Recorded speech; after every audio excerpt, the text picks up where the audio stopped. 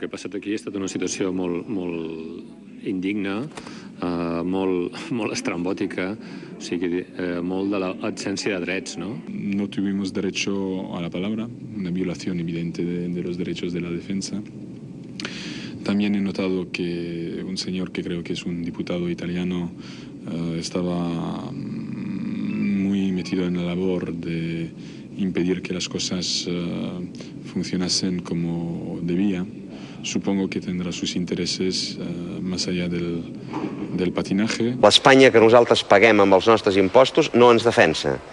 Defensa la Federació Espanyola de Hockey, no la Federació Catalana de Hockey. Per tant, la conclusió és evident. Si no tenim un estat, el nostre, que ens faci costat en els nostres plantejaments i reivindicacions, no ens en sortirem mai.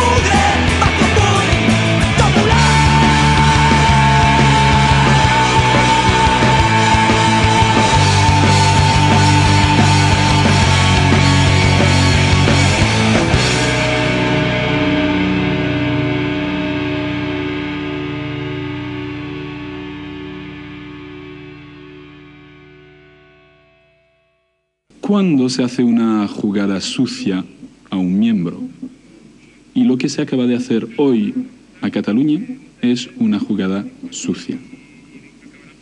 Y esto se paga. Cataluña cumplió con todo lo que había que cumplir y en el medio del partido se cambian las reglas. Esto no puede ser y esto no va a ser.